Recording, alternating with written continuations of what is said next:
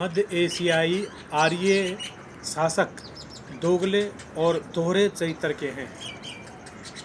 75 साल की आज़ादी की वर्षगांठ मनाने वाले भारत के अंदर ब्रिटेन के प्रधानमंत्री को बुला रहे हैं और उनका भव्य स्वागत कर रहे हैं। उनके लिए रेड कारपेट स्वागत कर रहे हैं, उनके लिए आंखें बिछा रहे हैं। एक तरफ आज़ादी की वर्षगांठ मना रहे हैं, 75वीं आज़ादी की वर्षगांठ का ढिंढोरा पीट रहे हैं और कह रहे हैं कि हमने अंग्रेज़ों को इस देश से मार मार के भगाया और यहाँ पर इसके लिए भारत के लोगों को, भारत माता के सपूतों को उन्होंने शहीद किया। और दूसरी तरफ वो लोग जिन लोगों को शहीद किया उनके प्रधानमंत्री को यहाँ पर बुला रहे हैं। तो ऐसे जो दोहरे और दोगले लोग हैं उनको आप क्या कहेंगे? एक तरफ तो वो देशभक्तों की गाथाएं सुना रहे हैं और दूसरी तरफ वो उनसे समझौता कर रहे हैं, उनसे आर्थिक समझौता और दूसरे समझौते कर रहे हैं। बोरिस जॉनसन ब्रिटेन के प्रधानमंत्री को उन्होंने फिर से बुलाया है। 1932 ईस्वी में डॉक्टर भीमराव अम्बेडकर जी ने जो प्रधानमंत्री रामसे मैकडोनाल्ड थे उनसे अवार्ड पाया था, और जो मैकडोनाल्ड से जो कम्युनल अवार्ड पाया था उसके अंदर मूल निवासी बहुजनों को 2 वोट का अधिकार और इनको सेपरेट इलेक्टोरेट मिला था, जिसके अंदर उनकी जो गुलामी है वो दूर होने के लिए, उनकी गुलामी को दूर करने के लिए बात हुई थी, लेकिन वो नहीं हुआ। उस वक्त रामसे मैकडोनाल्ड का बहुत विरोध हुआ था और तथाकथित राष्ट्रपिता महात्मा गांधी ने इसका पुरजोर विरोध किया था और उनके द्वारा दिया हुआ ये जो कम्युनल अवार्ड है उसको छीन लिया था। तो ऐसे जो दोगले चरित्र के लोग हैं उनका आप क्या करेंगे? डॉक्टर अंबेडकर उसी वक्त कहते थे कि भाई अंग्रेज़ों की बात को मानना चाहिए और इनकी जो अच्छी जो चीज़ें हैं उनको स्वीकार करना चाहिए।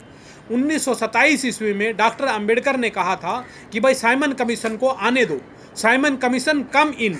लेकिन जो दोगले चरित्र के जो लोग थे वो 90 साल पहले वो कहते थे कि साइमन कमीशन गो बैक। तो आज वो कह रहे हैं कि Boris Johnson come in, Boris Johnson come in India. तो इस तरह के जो दोगले जो लोग हैं इन लोगों से सावधान रहने की ज़रूरत है। ये कब क्या गिरगिट की तरह से अपना रंग बदल लेते हैं, इनसे बहुत सावधान रहने की ज़रूरत है। आज जो SC ST के जो लोग हैं वही लोग मुस्लिम बने हैं, जो बैकवर्ड क्लास के जो लोग हैं, लैंडलेस जो सुधराज हैं वो लोग मुस्लिम बने हैं और उन्हीं लोगों पर आज अटैक हो रहा है। एक तरफ उन्हीं लोगों को बुलाया जा रहा है जिनके कारण से यहाँ शहीदों की मूर्तियों पर फूल मालाएँ चढ़ाई जा रही हैं, और उन्हीं के प्रदेश से यहाँ पर प्रधानमंत्री को बुलाया जा रहा है।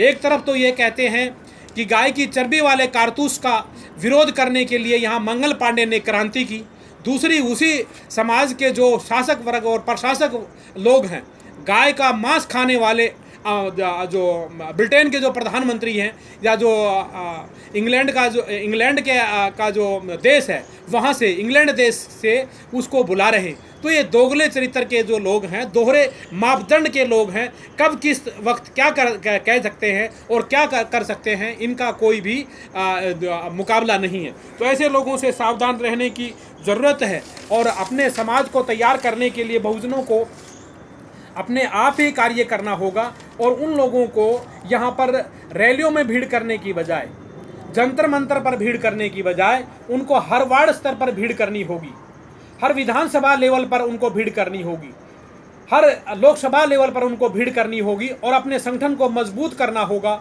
जब हमारी भीड़ वार्ड स्तर पर हो जाएगी, जब बहुजनों की भीड़, मूल निवासियों की जो भीड़ है और उनकी संगठन की जो संख्या है, जब वार्ड स्तर, विधानसभा स्तर और लोकसभा स्तर पर हो जाएगा, तो मैं समझता हूं कि यहाँ पर ये जो वोटों की जो चोरियां कर रहे हैं, जो अल्पजन आर्य जो लोग हैं, ये EVM के माध्यम से वोटों की चोरियां कर रहे हैं, बैलेट को लाना नहीं चाहते, जैसे इंग्लैंड में है, अमेरिका में है और दूसरे सभी सभ्य कहने वाले देशों के अंदर है। तभी बात बनेगी। और हम लोगों को यहाँ पर ये जो सुधार हैं ये करने हैं।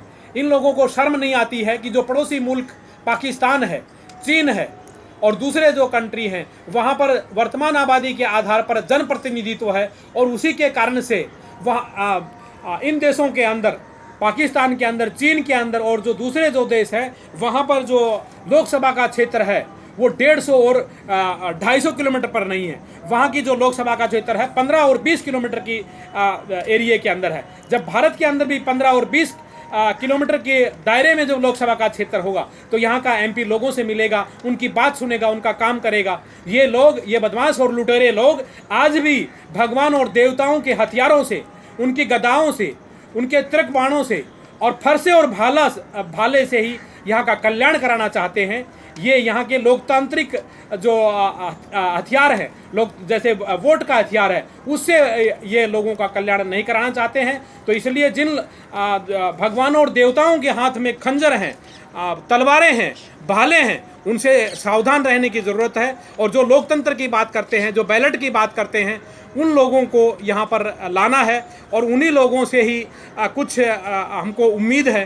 तो इन सब बातों को जानना बहुत ज़रूरी है। ये जो वीडियो है ये बहुत अच्छा वीडियो है क्योंकि इसके अंदर सुधार की बातें हैं, लोकतंत्र को बचाने की, संविधान की बात। इसको शेयर करें और इसको सब्सक्राइब करें, इसको डिसलाइक करें, लाइक करें और बहुजनों की बात को आगे बढ़ाएं। इसके साथ सबको जय भीम, जय भारत, नमो बुद्धाय, खुदा हाफिज़।